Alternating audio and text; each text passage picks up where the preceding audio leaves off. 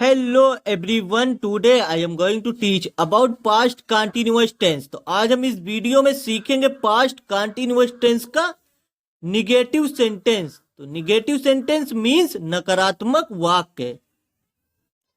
तो past continuous tense का negative sentence हम कैसे पहचानेंगे? तो हम निगेटिव सेंटेंस को पहचानेंगे अगर जिन वाक्यों के अंत में नहीं रहा था, नहीं रहे थे या नहीं रही थी आदि शब्द आए तो वह पास्ट कंटिन्यूअस टेंस का निगेटिव सेंटेंस होता है।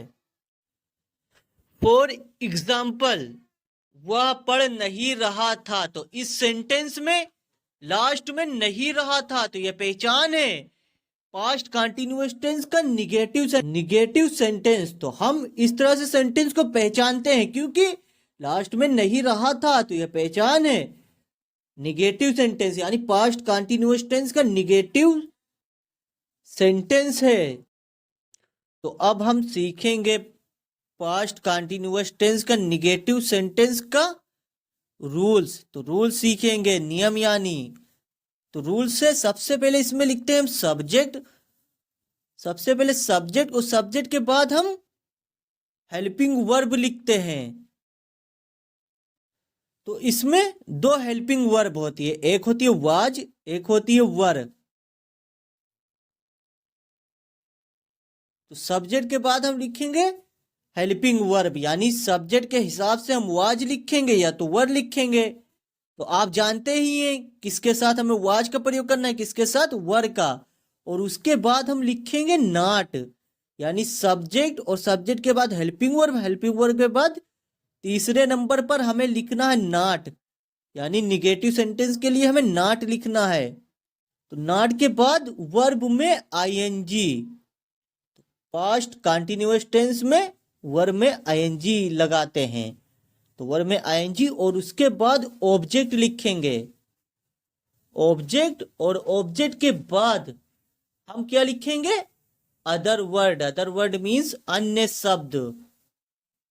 सबसे पहले हम लिखते हैं सब्जेक्ट और सब्जेक्ट के बाद हेल्पिंग वर्ब वाज या वर, उसके बाद नॉट प्लस वर्ब में ING plus object plus other word. तो अदर वर्ड मीन्स अन्य शब्द। तो इसे आप अपनी कॉपी पे लिखना चाहते हैं तो लिख भी सकते हैं।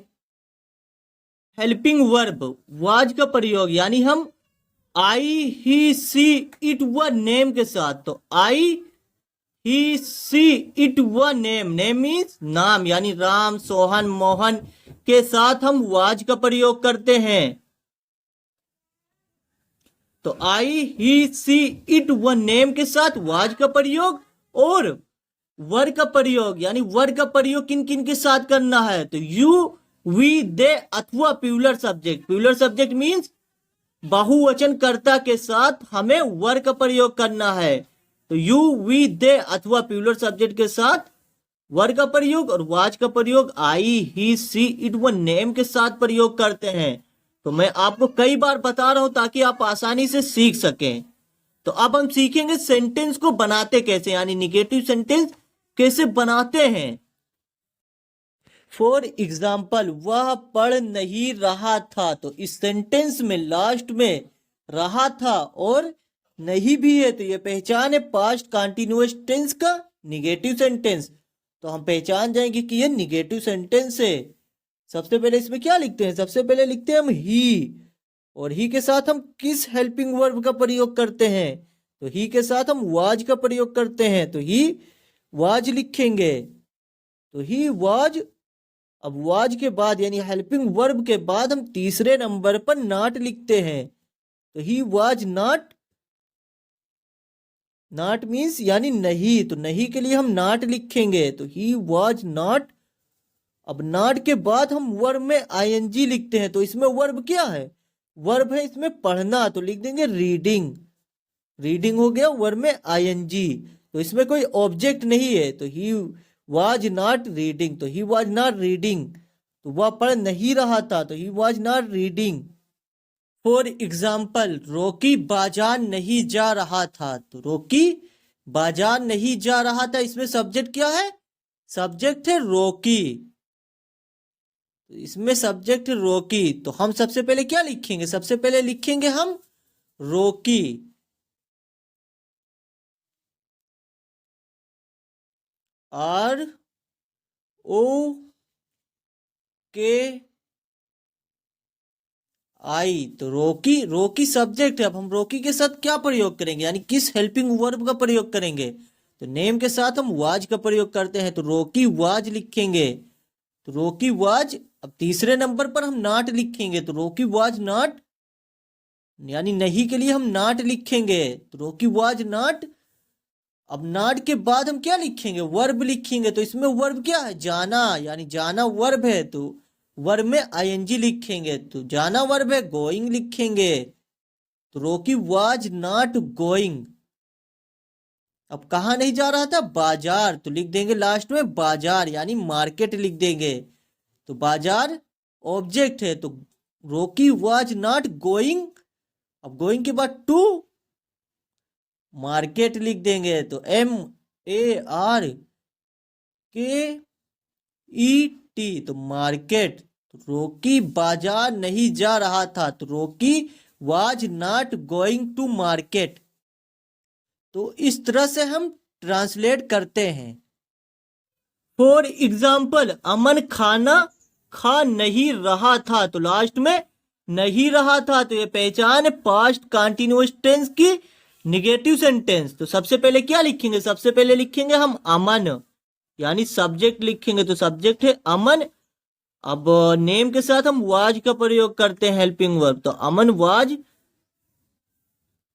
अब नहीं के लिए हम लिखेंगे नॉट, तो अमन वाज नॉट। अब वर्ब लिखेंगे, वर्ब क्या है? खाना, तो लिखेंगे ईटिंग, वर्ब में आईएनजी लगा देंगे, ईटिंग लिख देंगे वर्ब। तो अमन वाज नॉट ईटिंग। अब ऑब्जेक्ट क्या है इसमें? ऑब्जेक्ट है खाना, तो लास्ट में लिख देंगे फूड, FOOD, फूड। तो अमन खाना खा नहीं रहा था, तो अमन वाज नॉट ईटिंग फूड। तो इस तरह से हम सेंटेंस बनाते हैं। तो फॉर एग्जाम्पल, आकिब क्रिकेट खेल नहीं रहा था, तो आकिब क्रिकेट खेल नहीं रहा, तो सब्जेक्ट क्या है? सब्जेक्ट है आकिब। तो सबसे पहले लिखेंगे हम आकिब, और नेम के साथ हम वाज का प्रयोग करते हैं, तो आकिब के बाद वाज लिखेंगे। तो आकिब वाज, वाज के बाद हम नॉट लिखेंगे, यानी नहीं के लिए नॉट का प्रयोग करेंगे। तो आकिब वाज नॉट, अब नॉट के बाद वर्ब में आईएनजी, तो इसमें वर्ब क्या है? तो इसमें वर्ब है खेलना, तो खेलना वर्ब है, हम लिख देंगे प्लेइंग। तो playing, Aqib was not playing. अब इसमें ऑब्जेक्ट क्या है? अब ऑब्जेक्ट है क्रिकेट, तो हम लास्ट में लिख देंगे क्रिकेट। तो क्रिकेट, CRICKET, तो क्रिकेट। तो आकिब क्रिकेट खेल नहीं रहा था, तो Aqib was not playing cricket. तो इस तरह से हम ट्रांसलेट करते हैं। फॉर एग्जाम्पल, वह रो नहीं रही थी, तो वह रो नहीं रही थी, तो सब्जेक्ट इसमें क्या है? सब्जेक्ट है वह, यानी लास्ट में रही थी, तो ये पता चल रहा है कि ये लड़की है, तो वह रो नहीं रही थी। सबसे पहले लिखेंगे हम वह की इंग्लिश, तो लिखेंगे सी, सबसे पहले सी। अब सी के साथ हम वाज का प्रयोग करते हैं, तो सी वाज। अब वाज के बाद, वाज के बाद हम नॉट लिखेंगे, तो सी वाज नॉट। अब नॉट के बाद हम वर्ब में आईएनजी, तो इसमें वर्ब क्या है? इसमें वर्ब है रोना, तो ये रोना वर्ब है, तो लिखेंगे क्राइंग, यानी वर्ब में आईएनजी लगा देंगे। क्राई मीन्स रोना, क्राइंग लिख देंगे हम, CRYNYING, तो क्राइंग। तो वह रो नहीं रही थी, तो सी वाज नॉट क्राइंग। या वह हंस नहीं रहा था, हम कैसे लिखेंगे? सबसे पहले लिख देंगे ही, और ही के साथ हम वाज का प्रयोग करते हैं, तो ही वाज, और वाज के बाद नॉट लिखेंगे, he was not laughing, he was not laughing, LAUGHING।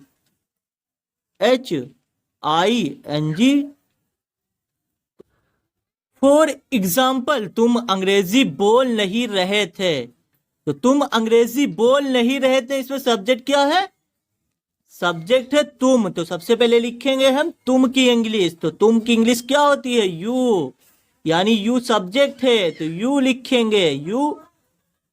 और यू के साथ हम वर का प्रयोग करते हैं तो यू वर। तो यू वर यानी ये हेल्पिंग वर्ब हो गई वर। यू के साथ हम वर का प्रयोग करते हैं।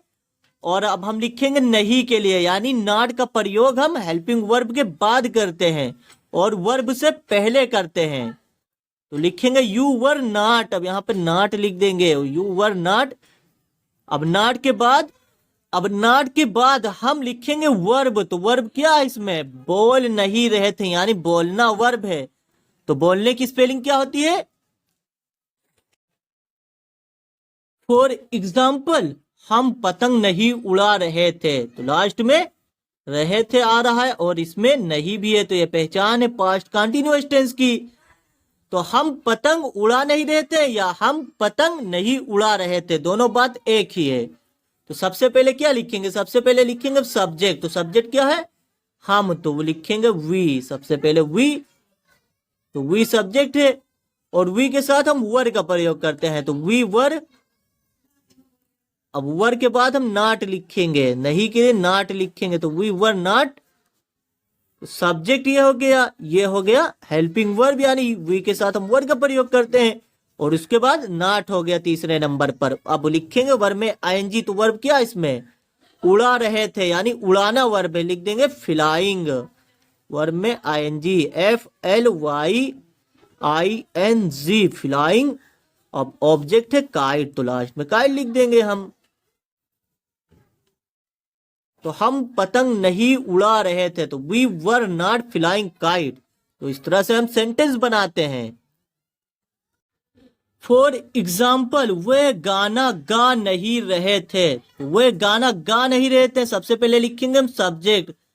सब्जेक्ट इसमें क्या है? सब्जेक्ट है दे। तो सबसे पहले लिखेंगे हम दे की स्पेलिंग। तो दे, अब दे सब्जेक्ट है और दे के साथ हम वर का प्रयोग करते हैं तो दे के बाद हम वर लिखेंगे, दे वर।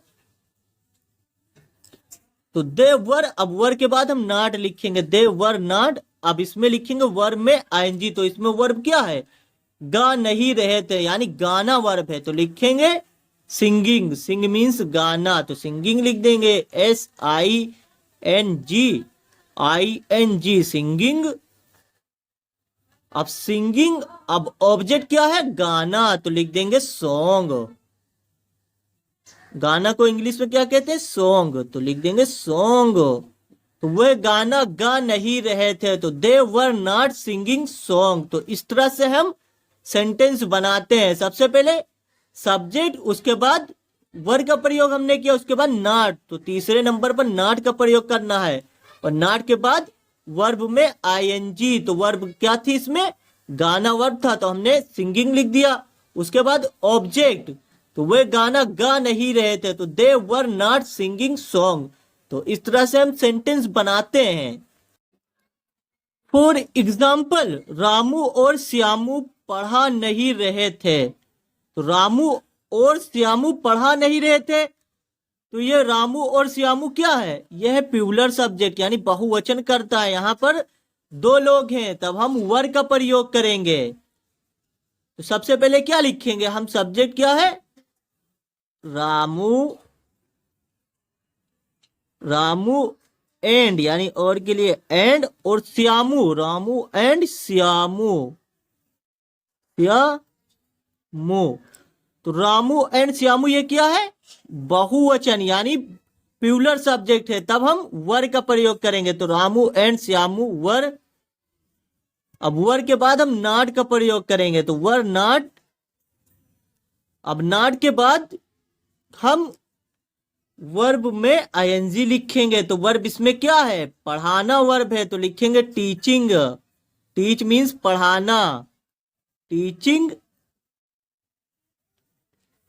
टीचिंग। तो रामू और श्यामू पढ़ा नहीं रहे थे तो Ramu and Shyamu were not teaching. इसमें कोई ऑब्जेक्ट नहीं है, तो जानते हो ये सब्जेक्ट है, ये रामू एंड श्यामू सब्जेक्ट है, और सब्जेक्ट के बाद वर्ब यानी हेल्पिंग वर्ब है, वर्ब का प्रयोग हमने किया है। और नॉट, नॉट का प्रयोग हम तीसरे नंबर पर करते हैं, यानी सब्जेक्ट हेल्पिंग वर्ब उसके बाद नॉट, उसके बाद वर्ब में आईएनजी, उसके बाद ऑब्जेक्ट। तो रामू और श्यामू पढ़ा नहीं रहे थे, Ramu and Shyamu were not teaching. तो इस तरह से हम ट्रांसलेट करते हैं। तो thanks for watching. I hope present continuous tense का निगेटिव सेंटेंस आप आसानी से समझ चुके होंगे। तो अगर आप अंग्रेजी सीखना चाहते हैं तो चैनल को सब्सक्राइब करें and share this video with your friends so that they can also learn English language. Thanks for watching, do subscribe for learning English.